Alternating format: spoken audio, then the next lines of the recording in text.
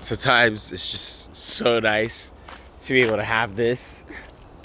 When you wake up, sunlight, arms out. I still got the legs covered, but arms out. The birds are chirping.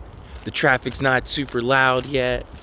I hear random debris in the sky. It's just great. I feel very immersed in the world that is around me as I begin my day with a little stroll. Uh, Now, something in my life recently happened that is going to inform this conversation. And I like to consider it a pretty monumental experience, and I'll share a little bit about it, and then I'll kind of tie it into maybe like something that's relevant to experience. So, I recently platinumed Elden Ring. Thank you very much. It was indeed exactly what you're thinking. But if you're unfamiliar with the concept of platinuming or Elden Ring, platinuming is an achievement system that is created typically it sits on the PlayStation. There's an equivalent in Xbox called achievements, but PlayStation calls theirs trophies. Every game, not every, but I'd say mostly, almost most third-party games have a trophy system, and essentially the developers of the game are able to set certain values on certain acts, tasks, or accomplishments that you do during the game. Sometimes this may be by like finding locations, finding items, speaking to characters, following quest lines, getting all the legendary objects, or sometimes it's like dying 1,000 times or dying 0 times. Having like a playthrough like that, yeah, for like Alien Isolation, which is a great survival horror game. One of the trophies is like you have to beat the game, which is like I think like 13 chapters without being killed, and you're being hunted by a xenomorph. So like the difficulty of the accomplishment will determine where it sits in the rank of like trophy importance: bronze, silver, gold, platinum. And the way that you typically earn a platinum is you have to earn all other trophies. So you have to do all the other accomplishments to earn this accomplishment. So when somebody earns a platinum, I like to think that it, from the game developer's point of view, that that player has experienced the fullness that the game has to offer.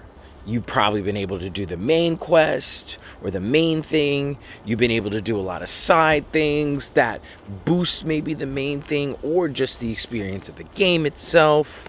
There's a lot of room within that space for interpretation. I don't necessarily think it means that you completed the game, because there can still be a lot of things that like you just don't do. But you were able to hit all the elements that people put, I guess, a particular emphasis and time and focus into when designing the game. So if it's important to them and they put it into the game, it's because they want it to be important to us. They design certain elements of a game so that we can experience what they wanted us to feel. And what Miyazaki would have wanted me to feel upon platinuming Elden Ring is truly a sense of like accomplishment. Oh yeah, and if you're not familiar with Elden Ring,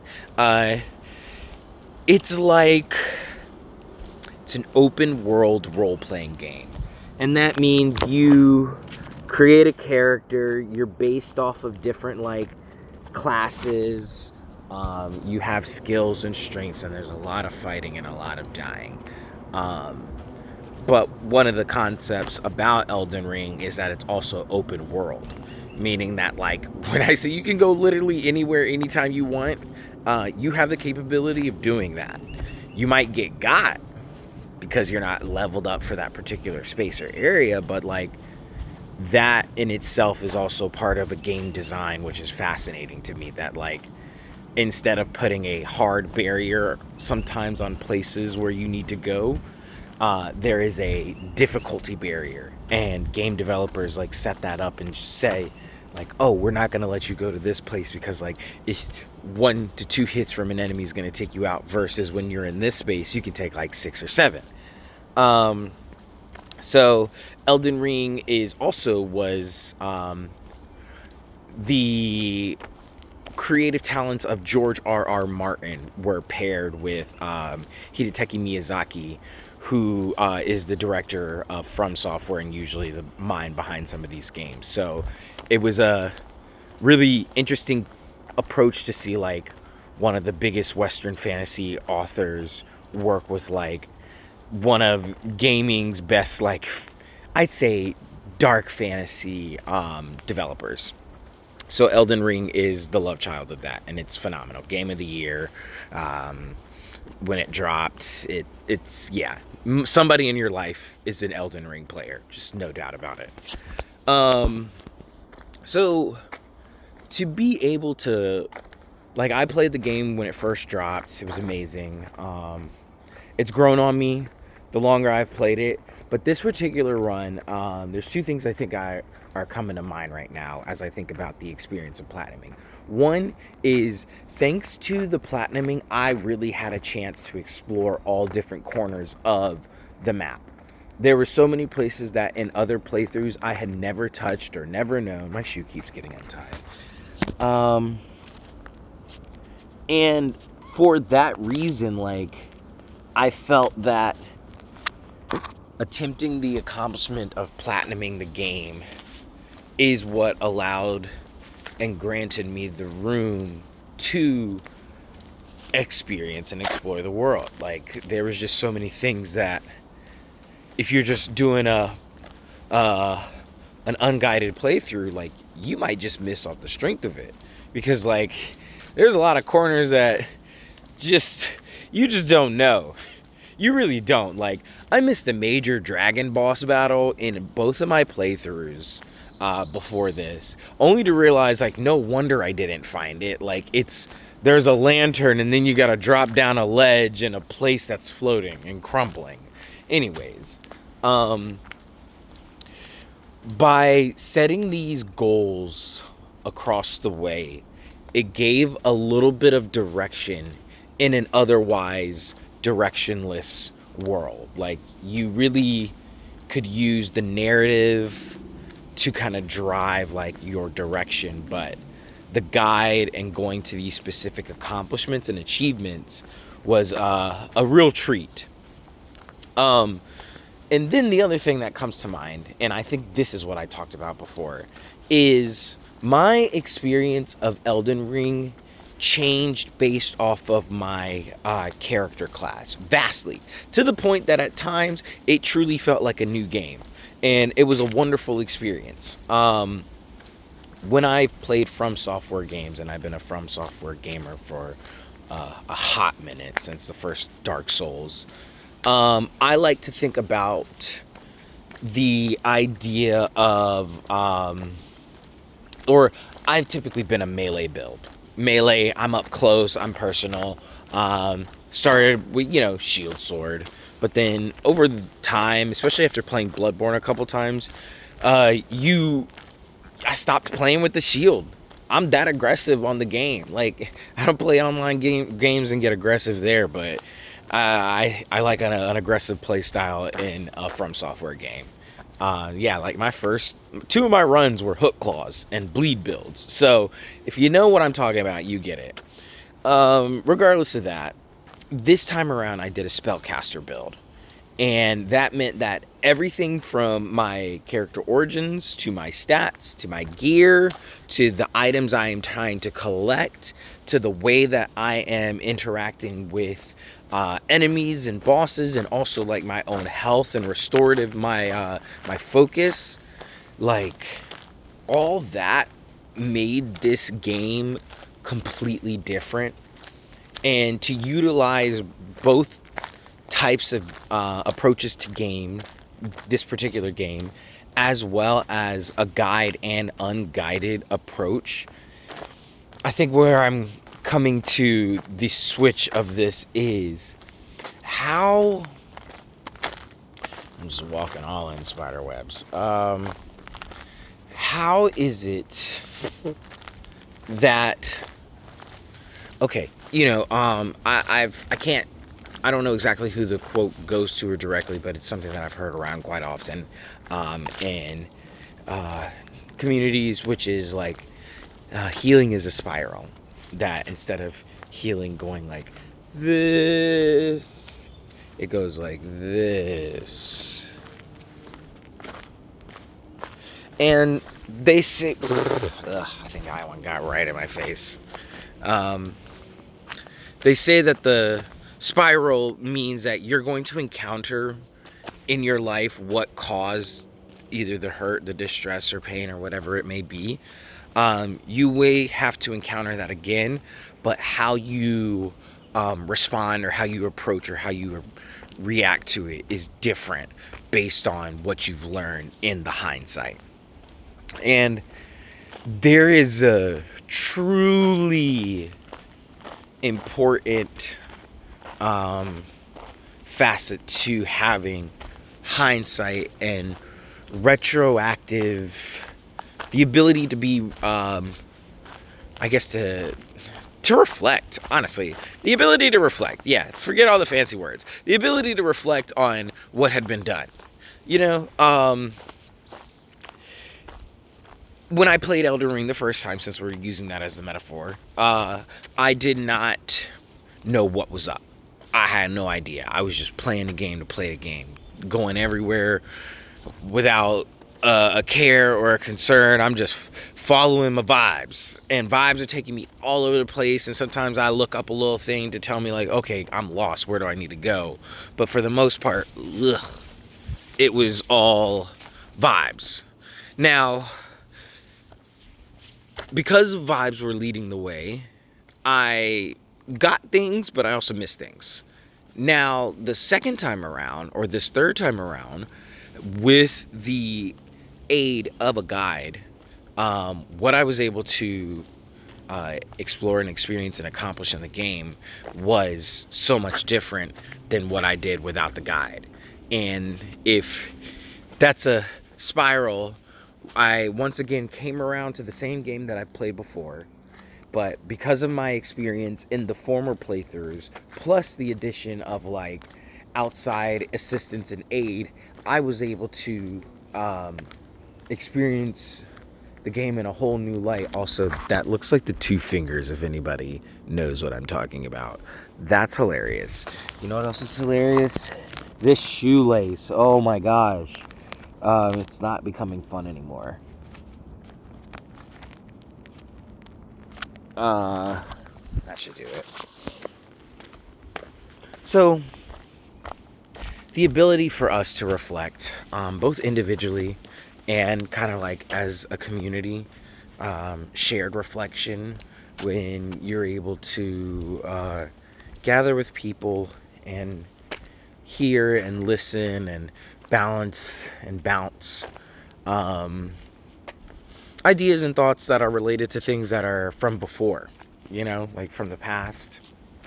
I think it's pretty significant to be able to do that, both again as an individual, as a collective,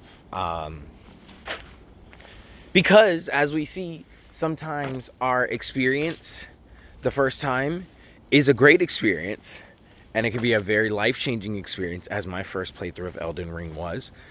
And there can also be a supplemental or a secondary or an alternative enjoyment of something that may not be novel, but is being has been reflected upon and is now able to be appreciated for both some of the known and the unknown that still exists. The first thing that comes to my mind is obviously relationships, that like if you want long-standing long-term commitments, like Novelty is important, but how can you also like reimagine and reflect upon like the what has already been existed or what already exists within that dynamic? I guess better way to rephrase that would be you're never going to get to a long-term relationship if you're always seeking novelty. Sometimes it takes the reflection and the re-spinning of the block, even though you know what's going to happen. Sometimes that helps. So yeah, like, what do we think about when we think about reflecting, and especially because that word becomes so used often in today's times, especially thanks to social media. It's fascinating what it's doing to language, really. It's interesting. It's just interesting. What else was interesting was a grasshopper. God, dog. Um, what else was interesting was the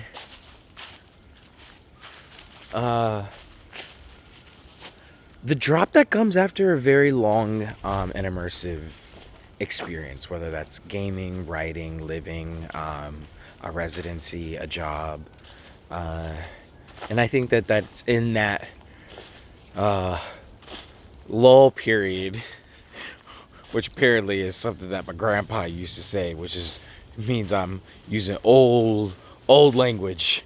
But it's like we need that kind of like, if we've been doing this, we have to have that come back down, and sometimes we have to dip below the line of balance before we can come back up to balanced state. And it's in that period that like we see our economically driven living system is very pro labor and not so much on leisure and rest and break time. So if we never have opportunities, or if we have slim opportunities to kind of like rest after a very big thing, it can be hard for us to like regulate ourselves because we're just constantly either on this big thing or we get burnt out. And that's where burnout happens, is because we are losing space for reflection. And if we had that room again, there might be an opportunity for us to get some good reflection. And with quality reflection would allow us to kind of like, I don't know, do something different. Think, add to the mix, instead of just being driven to do the thing that's being asked of us. Who knows? Musings for the day. But I think there is something there. I really think there's something there about the ability to have that downtime, that lull period. Because for me, like, I put 70, I think it was about 85 in-game hours into this playthrough. And that's a lot of hours when you consider that. It's a lot of time in that world with that particular character. And the mindset that I had to create in order to play that and do that platinum run, which is a mindset in itself, and that's fascinating. That mindset has to like be shed too, because it's not going to be conducive to like my current status of life. Like, I'm not going to need to know how to dodge Melania's attacks when I'm trying to like get my taxes done. This two things not going to help. But it's so beautiful to be able to know that that knowledge still sits and exists in my head because of the time and effort that I spent there. And in this lull period, I'll chill, I'll play some easier games, and then I'll get back to it. And then at some point in my life, I'll come back to the world of the lands between, and I will pick up my task once more to become another Elden Lord. But for now, I'm gonna just kiss my platinum trophy and enjoy that for what I got it.